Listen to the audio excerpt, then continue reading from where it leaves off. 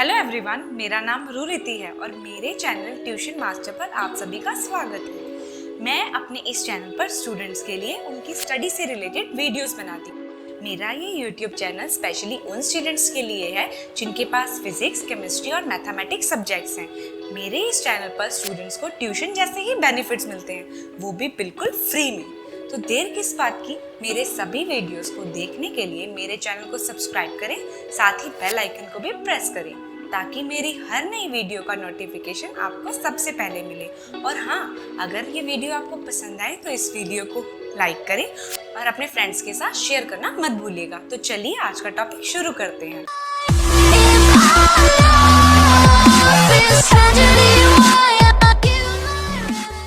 Hello students, physics में आज का टॉपिक है हमारे पास यूनिट यानी कि जो भी इकाई हर चैप्टर को, हर यूनिट को, हर चीज़ को दी जाती है। जैसे हम लेंथ को देते हैं, मास को देते हैं, टाइम को देते हैं, इन सब की एक यूनिट होती है, एग्जैक्ट यूनिट, जो जब इनका न्यूमेरिकल्स हम सॉल्व करते हैं या इनकी वैल्यूज़ लिखते हैं तो इनके साथ वो यूनिट ऐसा यूनिट की तरह जोड़ी जाती है। आज आपकी इस वीडियो में आपको हर यूनिट बताई जाएगी। जितनी यूनिट आपकी स्टडी से रिलेटेड हैं, सारी फिजिक्स की जितनी भी यूनिट है, लेंथ की, मास की, टाइम की, जितनी भी यूनिट्स हैं, सब आपको बताई जाएंगी with drive units and without drive units. और उसके बाद हम इसकी डायमेंशंस के ऊपर भी बात करेंगे।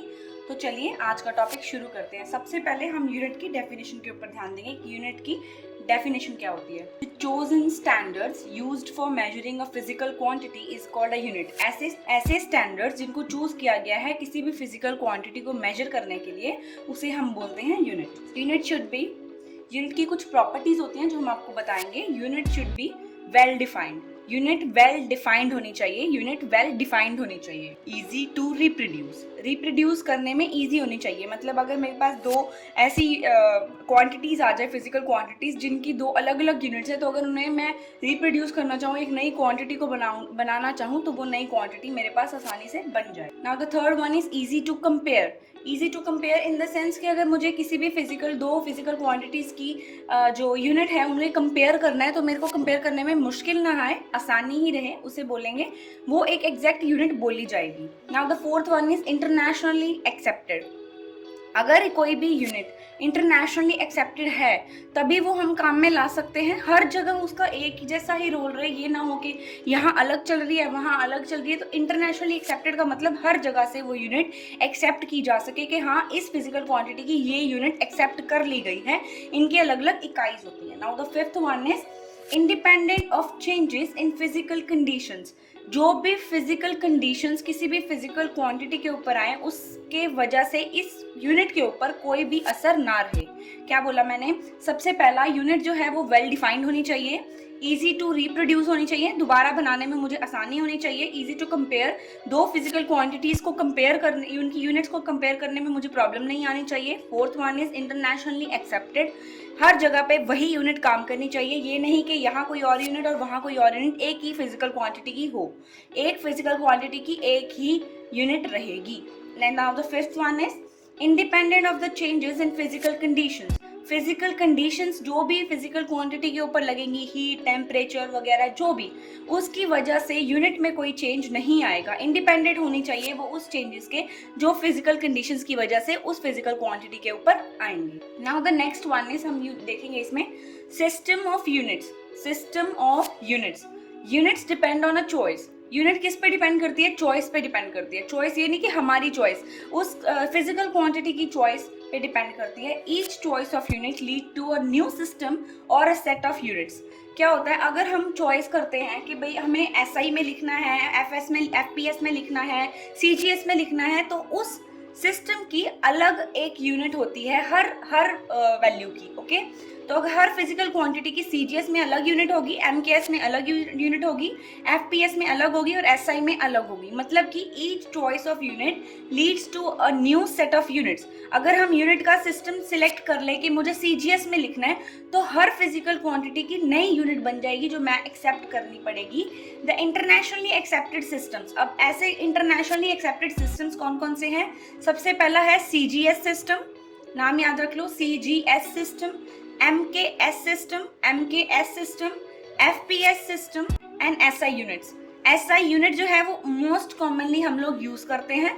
ठीक है, CGS भी यूज करते हैं, SI से ऊपर हम CGS भी यूज करते हैं, लेकिन FPS और जो हमारे पास MKS होता है इनको हम कम यूज करते हैं एज कम्पेयर टू SI और CGS units. Now the next one आपको मैं बताऊंगी इंटरनेशनल सिस्टम ऑफ यूनिट्स, जिसे हम बोलते हैं SI। ओके, सबसे पहले हमारे पास मैंने यहाँ पे K लिखा है, K मतलब कि केल्विन, और वो किसकी यूनिट होगी, SI यूनिट किसकी है, वो टेम्परेचर की। तो फिजिकल क्वांटिटी मेरे पास यहाँ क्या है, टेम्परेचर। टेम्परेचर एक फिजिकल क्वांटिटी है इसमें।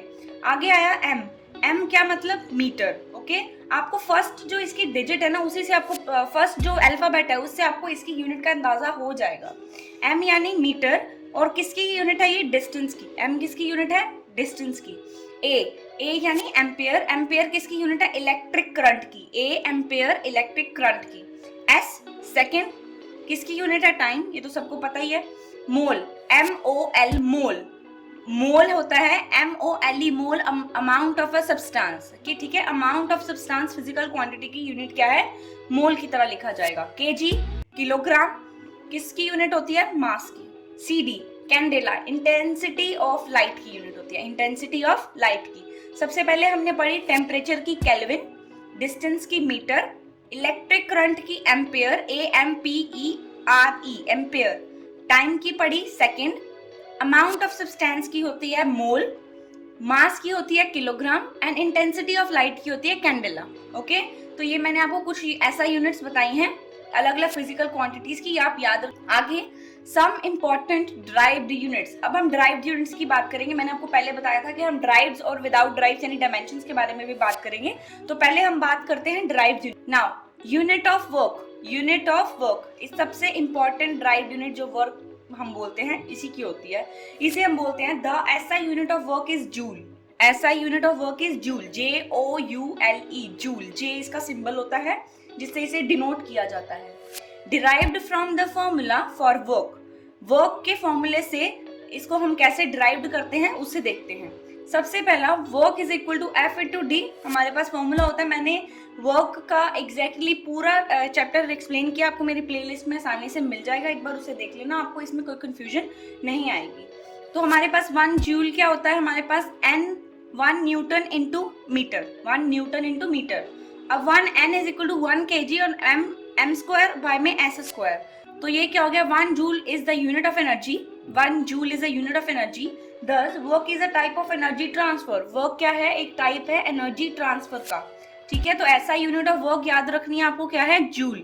ऐसा यूनिट ऑफ वर्क क्या है, जूल। नाउ ऐसा यूनिट ऑफ फोर्स की बात करेंगे, ऐसा यूनिट ऑफ फोर्स की बात करेंगे हम।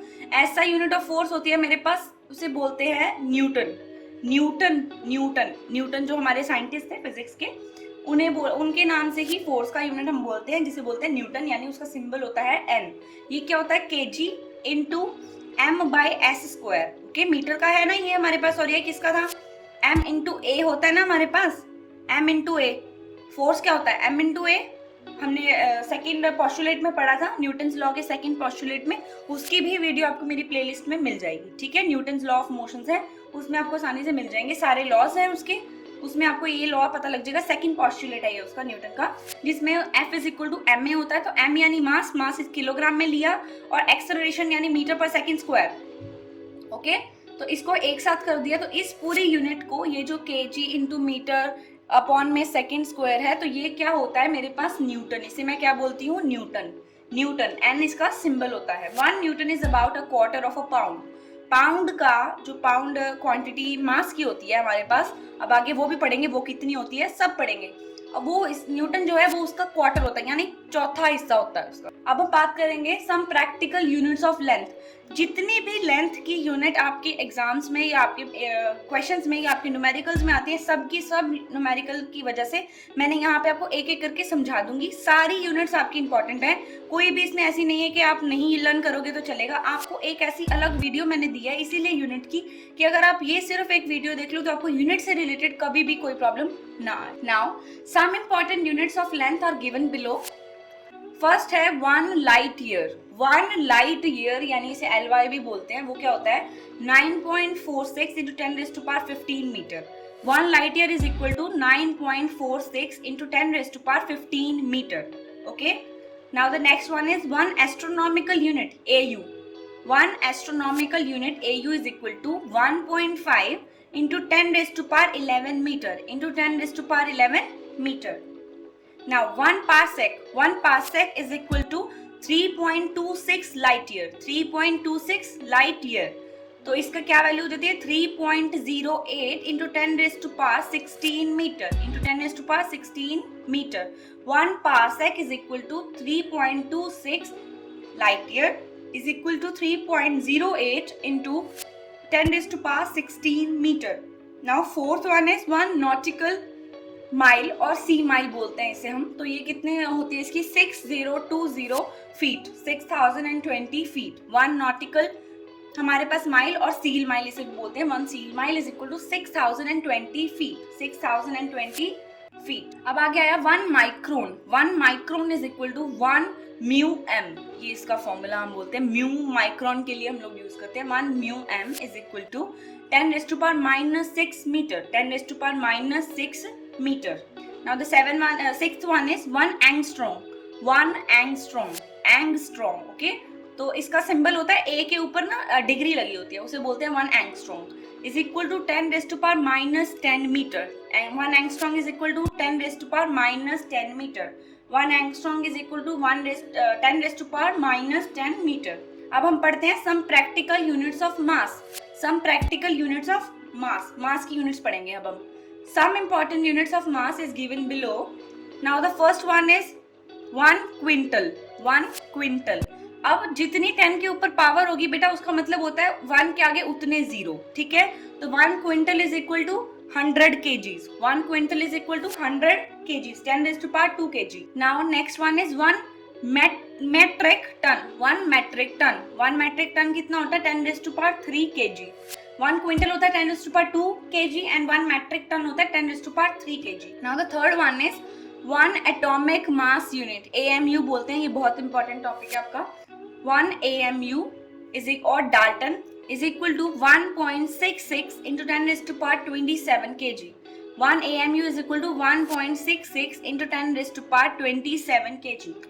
Now the fourth one is 1 slug. 1 slug is equal to 14.59 kgs. 14.59 kgs. 14.59 kg. 1 slug होता है. Now the fifth one is हमने भी बात की 1 pound. 1 pound क्या होता है? Pound क्या होता है? 0.4537 kg. 0.4537 kg. आगे 1 चंद्रशेखर लिमिट. ये भी इंपॉर्टेंट है, कभी कभी एग्जाम्स में इस तरह से पूछ लेते हैं 1 मार्क या 2 मार्क के एमसीक्यू में कि इसकी यूनिट की वैल्यू आप बताओ, तो वो क्या होती है. 1 Chandrasekhar limit is equal to 1.4 times the mass of sun. 1.4 times the mass of sun. 1.4 times the mass of a sun. 2.8 into 10 raised to power 30 kg. मतलब 1 के आगे कितने जीरो आएंगे? 30 kgs. Okay, 2.8 into 10 raised to power 30 kg. 1 Chandrasekhar limit is equal to 1.4 times the mass of the sun. Okay, 2.8 into 10 raised to power 30 kg. तो जितने भी मैंने अभी यहाँ पे 6 आपको बताई हैं, ये बहुत इंपॉर्टेंट आपके पास मास की यूनिट्स है. इसकी कुछ और भी यूनिट्स है हमारे पास मास की, जो हम आगे डिस्कस करेंगे. Now the 7th one is 1 solar day. 1 solar day is equal to 86400 second. 86400 second. 1 year क्या होता है? 365 1/2 solar days. 1 year is equal to 365 1/2 solar days. 1 lunar month. 1 lunar month is equal to 227.3 solar days. 27.3 solar days. 1 lunar month क्या होता है? 27.3 solar days. Now some important units of times are given below. अब हमने कितनी पढ़ ली? Length की पढ़ ली, मास की पढ़ ली, अब हम पढ़ेंगे टाइम की. ठीक है. Some important units of time are given below. First one is tropical year. First one is tropical year. TROPICAL. Tropical year. It is the year in which total solar eclipse occurs. ऐसा year जिसमें total solar eclipse occur करते हैं, जिसमें total solar eclipse occur करते हैं. Now the second one is leap year. Leap year. It is a year in which the month of February is of 29 days. ऐसा year जिसमें फरवरी में कितने days होते हैं? 29 डेज. उसे हम बोलते हैं लीप ईयर. ओके.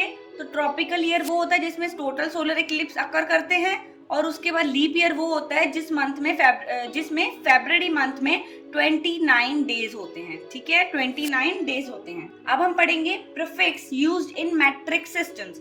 जो परफिक्स यूज करते हैं हम मैट्रिक सिस्टम में, उसे क्या बोलते हैं, देखिए एक टेबल से दिखाऊंगी मैं आपको। परफिक्स है, सिंबल है और इसका मल्टीप्लेक्स है, ठीक है। डेसी, DECI, डेसी सिंबल होता है इसका स्मॉल d और इसका मल्टीप्लेक्स होता है 10⁻⁻1। आगे आया सेंटी, C होता है इसका सिंबल और मल्टीप्लेक्स इसका होता है 10⁻⁻2।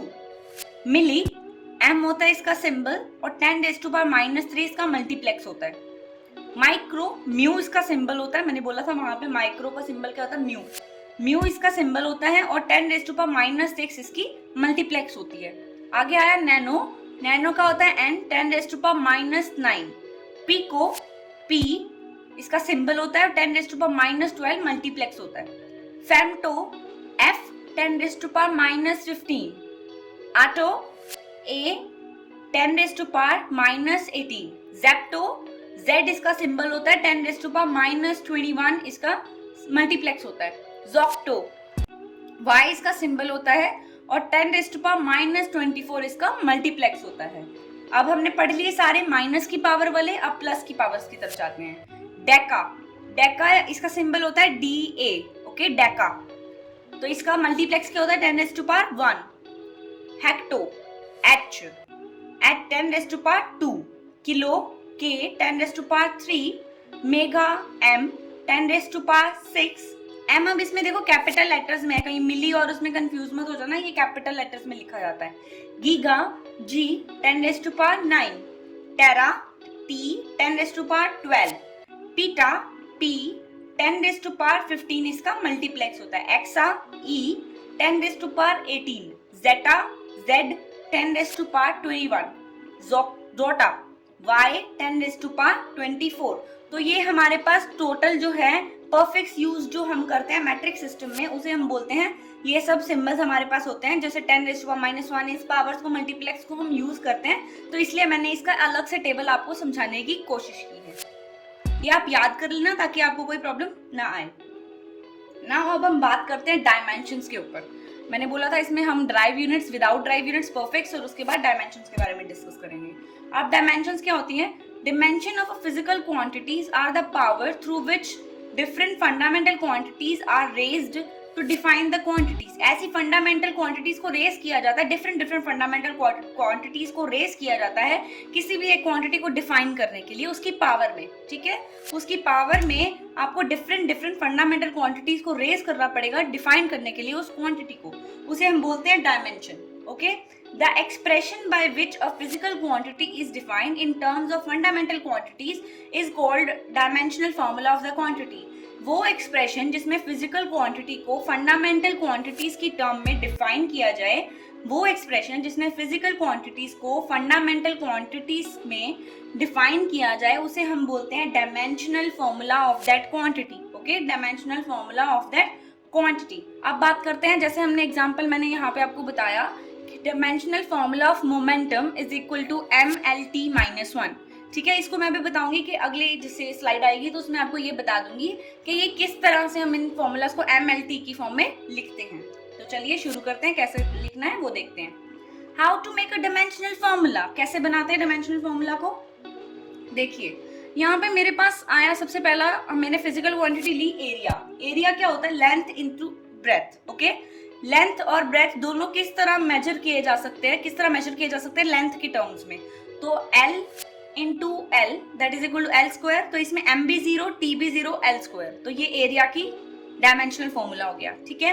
अब बात करते हैं वॉल्यूम की। वॉल्यूम क्या होता है? Length into breadth into height, तीनों लेंथ की टर्म में गिने जाते हैं, तो L into L into L यानी L cube, M0 T0 L की क्यूब। अब बात करते हैं डेंसिटी की। मास ओवर वॉल्यूम होता है डेंसिटी का फॉर्मूला। मास ओवर, इस तरह से ड्राइव किए जाते हैं, ये आपको याद होने चाहिए कुछ फॉर्मूलेस, उसकी वजह से आपको अच्छे से याद हो जाएगा कि डेंसिटी क्या होती है, स्पीड एंड वेलोसिटी के क्या फॉर्मूले हैं। उसकी एक वीडियो मेरे चैप्टर में आपको मिल जाएगी, मेरे प्लेलिस्ट में आपको मिल जाएगी उसकी वीडियो, कि क्या डेंसिटी होती है, क्या डिस्प्लेसमेंट होती है, क्या वेलोसिटी होती है, क्या स्पीड होती है, ये सब आपको मिल जाएगा। सबसे पहले हम पढ़ते हैं M बाय में L क्यूब। मास यानी M, वॉल्यूम क्या था? L cube. तो L जब ये क्यूब नीचे है ऊपर जाएगा तो इसकी पावर माइनस में चली जाएगी ना, M की 1, L की -3, T की 0। ठीक है, इस तरह से हम बनाते हैं फॉर्मूलाज, डायमेंशनल फॉर्मूलाज। आगे बात करते हैं स्पीड या वेलोसिटी की। डिस्टेंस अपॉन टाइम होता है। डिस्टेंस किस में मेजर होता है? L में। टाइम किस में? T में। T ऊपर जाएगा -1 का हो जाएगा, M तो 0 ही रहेगा, M0 L T -1। इस तरह से हम डायमेंशनल फॉर्मूला को ड्राइव करते हैं। अब हम कुछ डायमेंशनल फॉर्मूलाज आपको मैं बताती हूँ किस तरह से हमने ड्राइव किए। एक्सेलरेशन का देखते हैं। वेलोसिटी बाय टाइम होता है, वेलोसिटी L T टाइम -2 है ना, m स्क्वायर होता है ना, s स्क्वायर होता है, ms स्क्वायर होता है हमारे पास, तो L T -2। Momentum mass into velocity m L T -1। Force mass into acceleration m L T -2। Work force into distance m L square T -2। Power work by time m L square T -3। Energy work m L square T -2। Impulse force into time m L T -1। Radius of gyration distance यानी only L। Pressure force over area m L -1 T -2। Surface tension force upon length m T -2। अब इसमें आ गया है frequency 1 by time period तो T -1। Tension force m L T -2। Movement of force और उसे torque भी बोलते हैं हम, force into distance m L square T -2। Angular velocity angular displacement upon में टाइम तो T -1। Stress force over area m L -1 T2। Heat energy m L square T -2। Heat capacity heat energy upon में temperature m L square T -2। अब temperature involve हो गया तो इसमें K आएगा। K temperature की यूनिट होती है केल्विन, तो K -1। चार्ज क्या होता है? Current into time. करंट यानी ampere into time. Faraday constant, Avogadro constant into elementary charge. Avogadro constant यानी कि AT, अब उसके बाद elementary charge mole -1। System amount of system का था, वो सब्सटेंस का था। Magnetic induction force into divide by current into length, तो हमारे पास MT -2 A की पावर -1। तो ये हमारी कुछ फिजिकल क्वांटिटीज हैं जिसके मैंने आपको एक्सप्रेशंस भी बता दी हैं और डायमेंशनल फॉर्मूलाज भी बता दिए हैं। आप एक बार इसको खुद ड्राइव करने की कोशिश करना तो आपको आसानी से समझ में आ जाएंगे क्या डायमेंशनल फॉर्मूलाज होते हैं और किस तरह से हम उन्हें ड्राइव करते हैं। ये हमारा चैप्टर जो है यूनिट वो एग्जैक्ट फिनिश होता है। इसमें हमने कुछ ड्राइव यूनिट लेंथ की पढ़ी, मास की पढ़ी और उसके बाद हमने टाइम की पढ़ी। उसके बाद हमने डायमेंशंस को देखा, डायमेंशन को फॉर्मूला को कैसे बनाते हैं वो सब देखा। उसके बाद कुछ फिजिकल क्वांटिटीज, उनके एक्सप्रेशंस और उनके डायमेंशनल फॉर्मूलाज को देखा। इसके साथ हमारा यूनिट चैप्टर कंप्लीटली फिनिश हो जाता है। तो स्टूडेंट्स, ये था हमारा आज का टॉपिक। उम्मीद है आपको आज का टॉपिक अच्छी तरह से समझ आ गया होगा। फिर भी इस टॉपिक से रिलेटेड आपकी कोई क्वेरी या क्वेश्चन हो तो आप मुझे इंस्टाग्राम पर मैसेज भेज सकते हैं। और हाँ, अपने चैनल ट्यूशन मास्टर को सब्सक्राइब करना मत भूलिएगा। धन्यवाद।